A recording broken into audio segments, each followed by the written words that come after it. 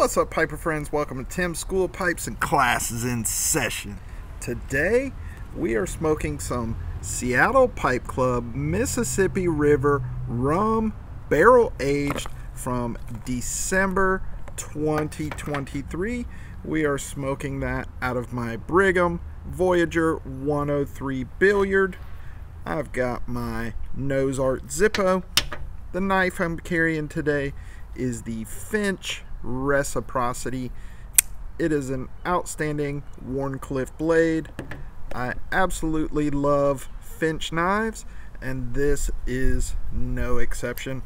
I've had Mississippi River, but this is my first time trying the rum barrel aged, and I have to say it is exceptional. It says Joe Langford's original Mississippi River is packed into oak rum barrels aged 30 days, pressed into cakes and crumble cake cut. The result, a perfect marriage of rum essence with his classic Virginia style blend. A chunk of rum barrel rests in every tin. Enjoy Joe's gift of Mississippi River rum barrel aged.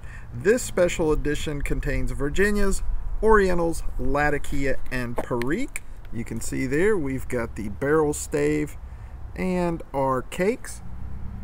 The tin note here, the first thing you get off the top is rum, fermenting rising bread dough, fig, raisin, slightly sour and vinegary, a little bit earthy and just a teeny bit smoky. Really, the primary tin note here is rum and fermenting rising bread dough. Very pleasant tin note.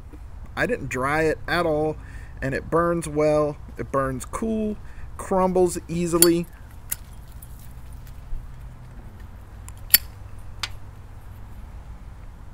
This one really shines when you sip it. You get some bread notes, a slight little bit of sweetness, just a touch of the rum. The rum essence just sort of brings everything together. Tiny little bit of floral from the Orientals. Touch of smokiness from the Latakia. Nice medium-bodied mouthfeel. Teeny little bit of spice and pepper on the retrohale, but not bad at all. Everything really plays well together here. I would describe it as an aromatic English, but not a Latakia forward English. You're really getting a lot of the Virginias here, and the other tobaccos seem to be more condimental. Now, that might change as we go through the bowl, but fig, raisin, bread dough, rum, touch of smokiness, little bit of pepper. Outstanding blend. I'm really enjoying it. So I want to give you guys some book recommendations today. Now, you know that I read a lot of books. I read a lot of history, a lot of nonfiction, a lot of political books. But I do read fiction, and I really like historical fiction, fiction with a historical bent.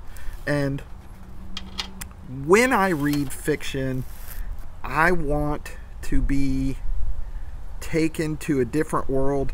I want to be engrossed and entranced in what I'm reading. It doesn't have to be heavy. I want my fiction to be enjoyable, but the writer must have a good command of language, sentence structure, and words. I am not into those authors that put out 10 or 12 mass market paperbacks a year.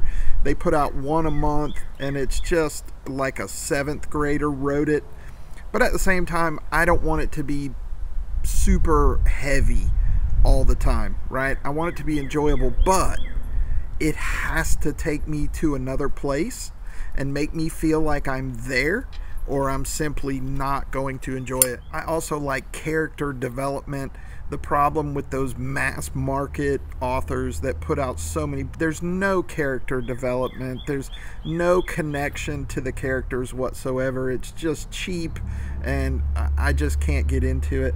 So I've got some book recommendations here for you that some of them are my all-time favorites, and some of them I would put up there as favorites and very good reads. First up, The Killer Angels by Michael Schirra. This won the Pulitzer Prize. Outstanding. It tells the Battle of Gettysburg from different generals' perspectives on both sides, the Union Army and the Confederate Army. Just an outstanding book from beginning to end. If you've never read it, I highly recommend it.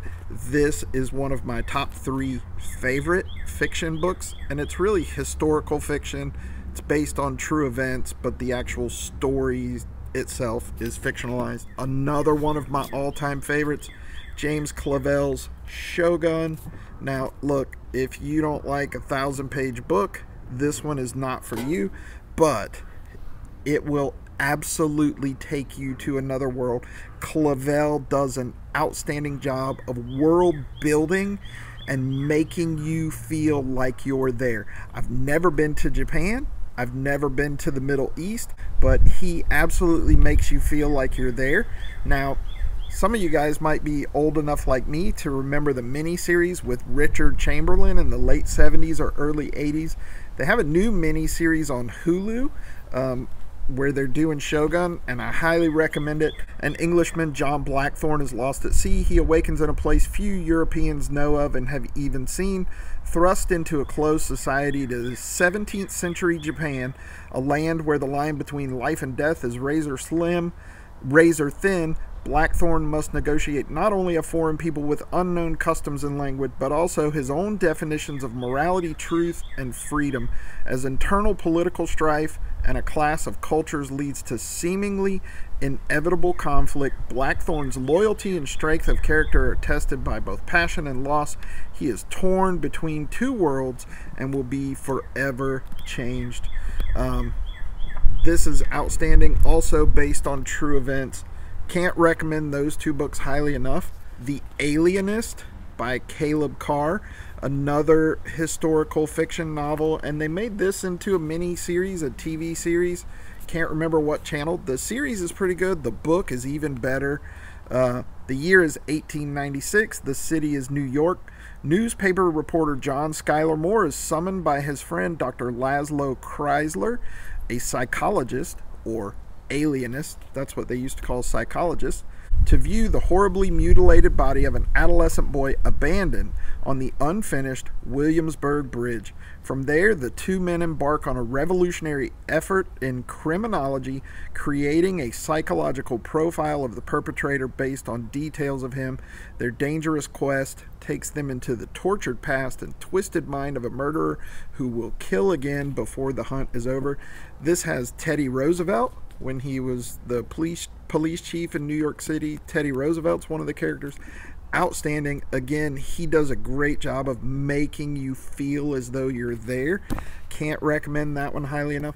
One that's a little bit lighter reading, but I find it absolutely fascinating and riveting, and I can't stop reading, is Into Thin Air by John Krakauer.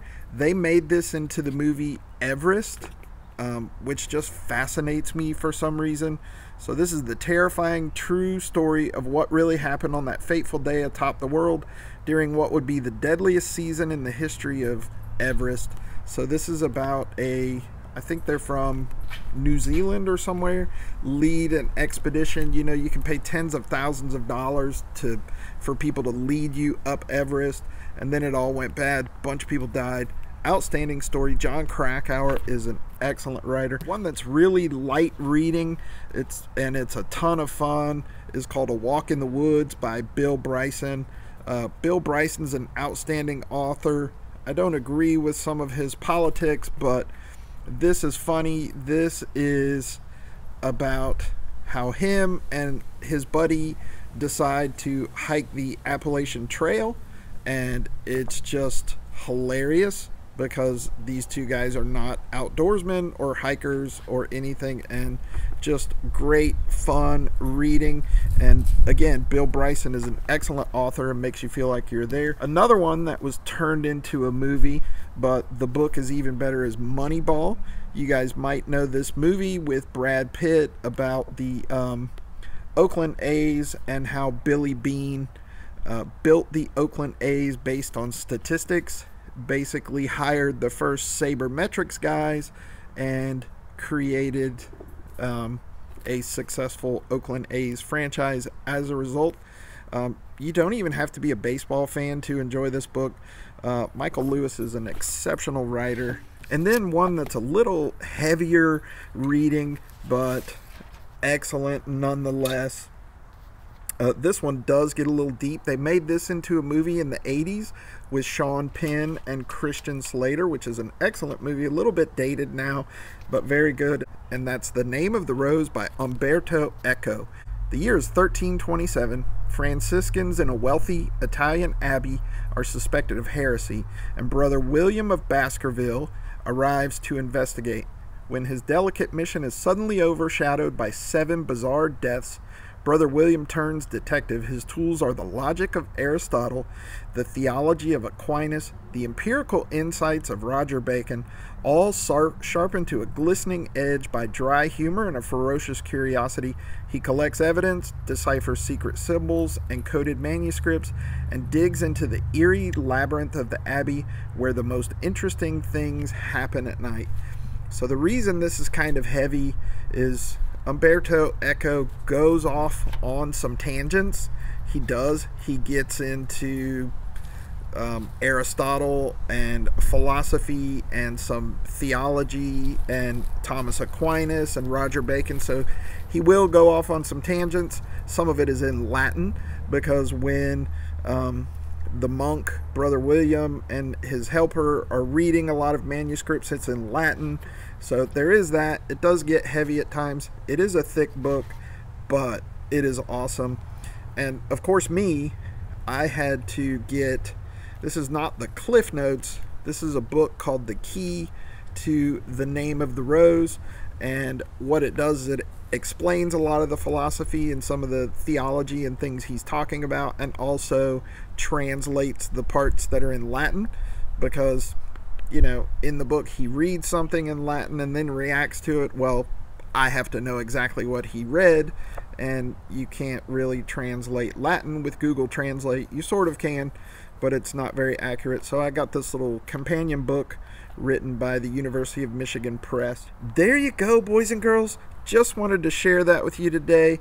I do read a lot of history and a lot of politics, but I wanted to give you guys something maybe a little lighter, more enjoyable to read. I hope you can find something there that you might enjoy, and just have a little bit of Mississippi River rum barrel aged with you guys. As always, I appreciate you for watching. Give me a thumbs up, drop me a comment down in the comment section. Let me know if you've ever tried Seattle Pipe Club Mississippi River rum barrel aged. Let me know what you think about it, and let me know if you've read any of these books and what you think about those. If you're not subscribed to the channel, please consider doing so. Just click my logo right over there. That's it for this episode of Tim's School of Pipes, boys and girls. Class dismissed.